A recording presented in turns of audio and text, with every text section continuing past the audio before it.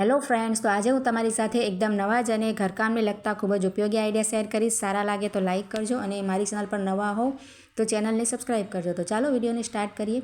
તો ક્યારેક શું થાય કે આ રીતના આપણે જે જાળીઓના પડદા હોય ને, કોઈ પણ જાતના આ રીતના પડદા હોય ને, તે આ રીતના આપણે ટાઈ કરીને ભેગા કરીને રાખવા હોય, પણ આપણી પાસે કંઈ પણ અવેલેબલ ન હોય ને, તો તેના માટે હું તમને બે ખૂબ જ બેસ્ટ આઈડિયા બતાવું છું.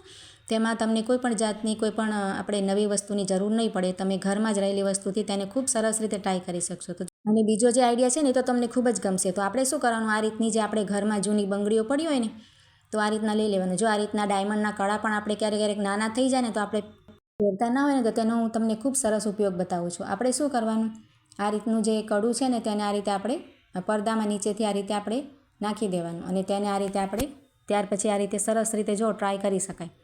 તો આ દેખાવમાં પણ ખૂબ જ સરસ લાગશે અને ફ્રીમાં તમારે ખૂબ જ સરસ આ રીતે રેડી થઈ જશે.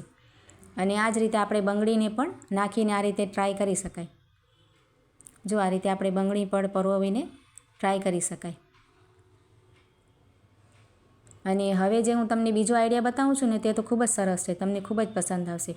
તેના માટે આપણે શું કરવાનું, પડદાને છે ને આ રીતે આપણે થોડોક આ રીતે આપણે જેમ સેટ કરીએ ને ક્લિપને, આ રીતે આપણે વાળી લેવાનું. જો આ રીતે આપણે ચપટી કેમ લઈએ છીએ, કોઈ કપડું સીવતા હોય એ રીતે આપણે ભેગું કરી લેવાનું. અને ત્યાર પછી બંગડીને છે ને આપણે આ રીતે જો આ રીતે રાખવાનું તેની ઉપર, અને તેનો થોડોક પડદાનો ભાગ છે ને એ બંગડીમાં પરોવવાનું અને આ રીતે ખેંચી લેવાનું. આખું નથી નાખવાનું આપણે પડદાને, આ રીતે થોડુંક જ નાખવાનું છે.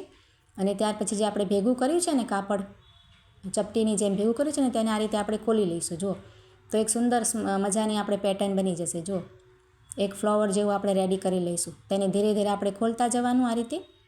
તો તમે જોજો ને, તમને ખૂબ સરસ લાગશે. જો એકદમ નવી જ તમને આઈડિયા બતાવું છું. આ રીતે આપણે આખું જે છે ને તેને ખોલી નાખવાનું અને તેનો ઉપરના ખૂણા એકબીજાની અંદર આપણે આ રીતે નાખી દેવાના. તો કેટલું સરસ આપણે જુઓ, એક બંગડીથી ખાલી આપણે એકદમ સરસ પેટર્ન બનાવી છે. તો તમને સારું લાગે તો જરૂરથી લાઇક કરજો અને કમેન્ટ પણ કરજો. તો ચાલો હવે નેક્સ્ટ આઈડિયા આપણે જોઈ લઈએ.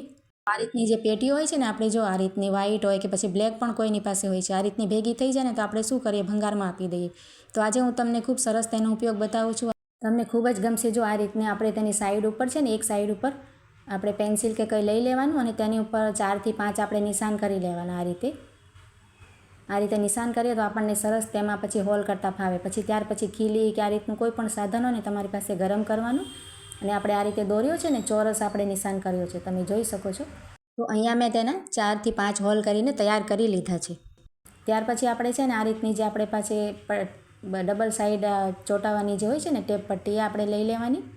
અને જે પેટીનો જે ડબ્બાનો ભાગ છે ને પાછળની બાજુ, બે આપણે ચોંટાડી દેવાની. આ રીતે કટકા કરી લેવાના અને તેની ઊંધી કરી પેટીને, અને તેની પાછળની ભાગે આ રીતે આપણે ચોંટાડી દઈશું.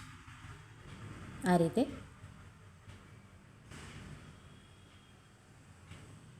તો આ રીતે મેં બંને તેના પીસ કરીને બંને બાજુ ચોંટાવીને રેડી કરી લીધા છે. જો આ રીતે હવે તેનો હું તમને સરસ ઉપયોગ બતાવું છું. ત્યાર પછી આપણે શું કરવાનું, આપણે બાથરૂમમાં છે ને જે આપણે બ્રશ રાખતા હોઈએ ને, ટૂથબ્રશ, ત્યાં આપણે તેને દિવાલમાં આ રીતે લગાવી દેવાની. તેના કાગળ પહેલાં આપણે ઉખાડી લઈશું, કાઢી લઈશું. તેના જે ઉપરના કાગળ લાગેલા હોય છે ને, તેને આપણે આ રીતે કાઢી લેવાના. અને ત્યાર પછી આપણે બાથરૂમમાં તેને આ રીતે ટાઇલ્સ ઉપર ચોંટી જાય સરસ રીતે. જ્યાં પણ ખૂણામાં તમે બ્રશ કે ટૂથપેસ્ટ કે રાખતા હો ને, ત્યાં આ રીતે આપણે તેને ચોંટાડી દેવાની. અને સરસ આપણે પ્રેસ કરવાનું, એટલે થોડીક ટાઈટ તેનું થઈ જાય એમ. તમને સારું લાગે તો આપણે સ્ક્રૂ પણ આપણે લગાવી શકાય, તો આપણે સરસ તેનો ઉપયોગ થઈ શકે. જો પછી ત્યાં આપણે જે તેમાં હોલ કર્યા છે ને, કાણા પાડ્યા છે ને, તેમાં આ રીતે આપણે બ્રશ રાખી દેવાના. જેટલા પણ તમારે ઘરમાં 4-5 બ્રશ આવી જાય. પછી આપણે જો આ રીતે કોલગેટ પણ આવી જાય, અને બાળકોનું જે આપણે ફેસ વોશ હોય છે ને, તે પણ આવી જાય. અને તેની ઉપર ઢાંકણ પણ લાગી જાય. જો તેની અંદર બ્રશ ઉપર કોઈ જીવજંતુ કે મચ્છર મક્ખી પણ ના બેસે. એટલે કાણા છે ને આપણે કોરું પણ નહીં, આપણે વચ્ચે પાડવાના. જે આપણી તેની કોર છે ને તેની ઉપર, તો આપણે ઢાંકણ સરસ રીતે પેક કરી દીધું છે. સારો લાગે તો લાઇક કરજો. તો ચાલો હવે નેક્સ્ટ આઈડિયા આપણે જોઈ લઈએ.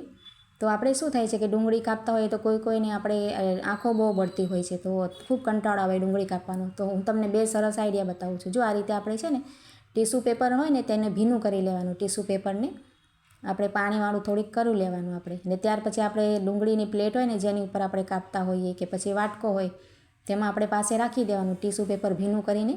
પછી તમે ગમે એટલી પર ડુંગળી કાપશો તો તમારે કંઈ જ પ્રોબ્લેમ નહીં થાય. આંખોમાં આંસુ પણ નહીં આવે, આંખો પણ નહીં બળે. તો આઈડિયા સારો છે, ટ્રાય કરીને જરૂરથી જોજો.